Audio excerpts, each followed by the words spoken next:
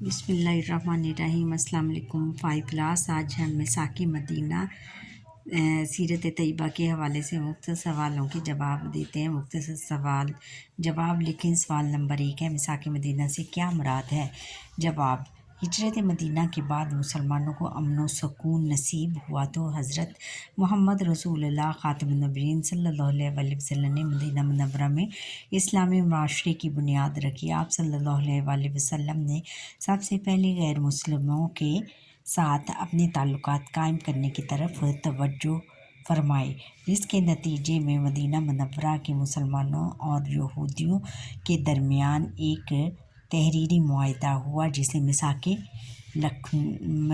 مدینہ کہتے ہیں۔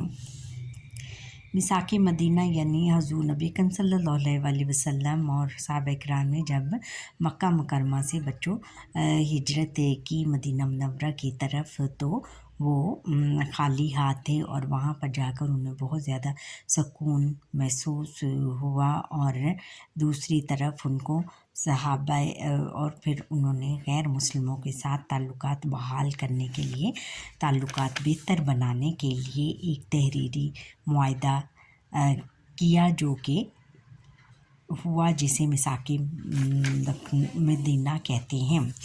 مساک مدینہ کہتے ہیں۔ سوال نمبر 2 ہے کہ مساک مدینہ کا سبب لکھیں۔ مساک مدینہ جواب: مساک مدینہ کا سبب مدینہ میں امن و امان پیدا کرنا تھا، یعنی اس معاہدے کا مقصد یہ تھا کہ ہم مدینہ منورہ میں امن پیدا کرنا تھا، کہ امن اور سکون پیدا کرنا تھا۔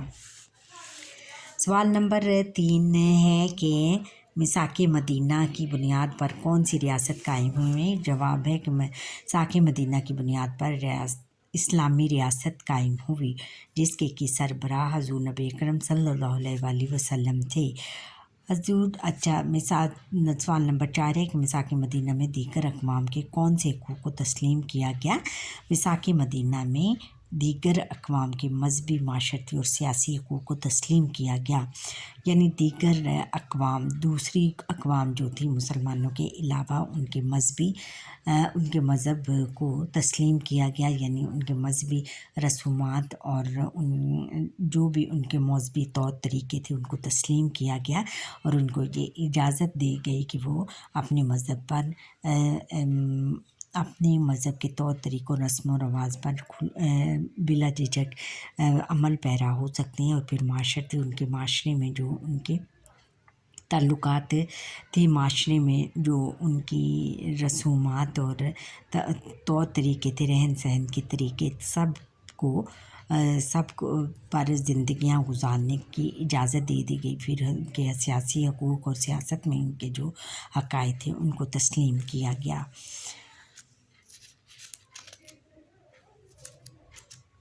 اب آگے ہے کہ تفصیلی جواب ہم نے لکھنے ہیں۔ تفصیلی جواب لکھیں۔ مساک مدینہ کے چند اہم دفعات بیان کریں۔ جواب: مساک مدینہ کے اہم دفعات: مدینہ منورہ کے تمام قبائل امن و امان سے رہیں گے اور اس کے قیام کے لیے ایک دوسرے کا ساتھ دیں گے۔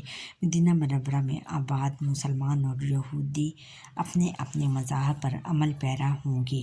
مدینہ منورہ پر حملہ کرنے والوں کا مقابلہ مسلمان اور یہود مل کر کریں گے۔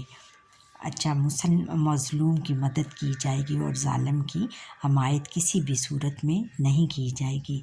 مظلوم جو ہوتا ہے کہ جس پر ظلم کیا جائے۔ اب پہلا ہے کہ مدینہ منورہ کے تمام قبائل امن و امان سے رہیں گے اور امن کے قیام کے لیے ایک دوسرے کا ساتھ دیں گے، کہ مدینہ منورہ میں تمام قبائل، یہود اور جتنے بھی قبائل ہیں مسلمانوں کے علاوہ، وہ سب امن سے رہیں گے اور امن کے قیام کے لیے ایک دوسرے کا ساتھ دیں گے۔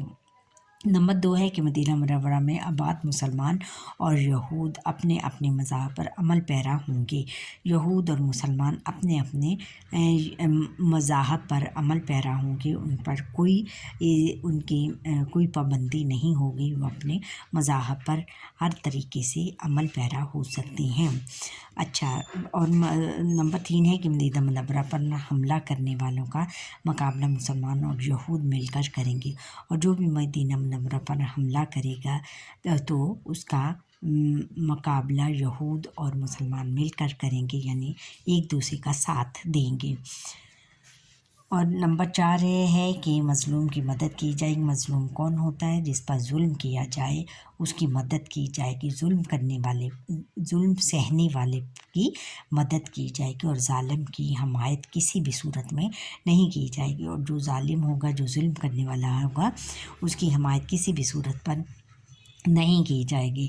جنگ کی صورت میں دونوں فریق مل کر اخراجات برداشت کریں گے، اور اگر جنگ ہو گئی تو دونوں فریق یعنی یہود اور مسلمان مل کر جنگ کا جو خرچہ ہے، جو کے اخراجات ہیں، وہ اس کا مل کر برداشت کریں گے۔ نمبر 4 کسی بھی اختلاف یا جھگڑے کا حتمی فیصلہ صرف نبی اکرم صلی اللہ علیہ وآلہ وسلم کریں گے، اور فریقین اس فیصلے کو تسلیم کریں گے، اور جو بھی فیصلہ اختلاف کسی بھی تمام فریقین کے درمیان جو اختلاف ہوئے گا، جو بھی ان کے درمیان میں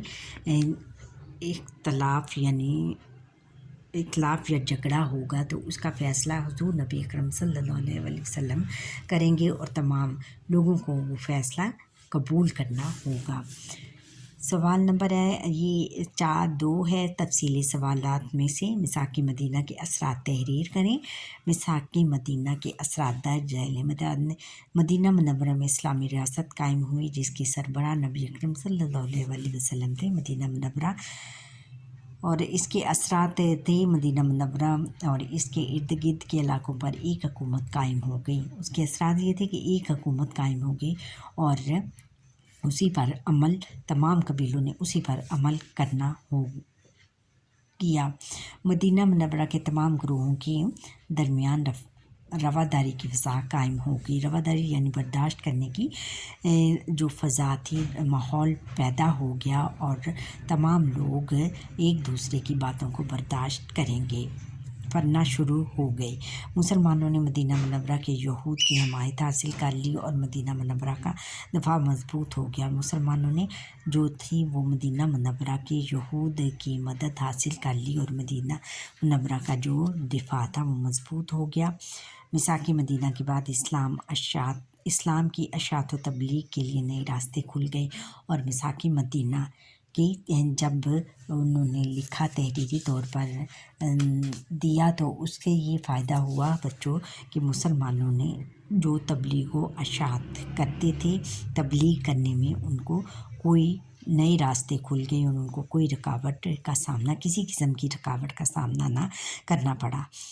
مسلمان امت واحدہ ایک امت بن گئی، اور ایک مضبوط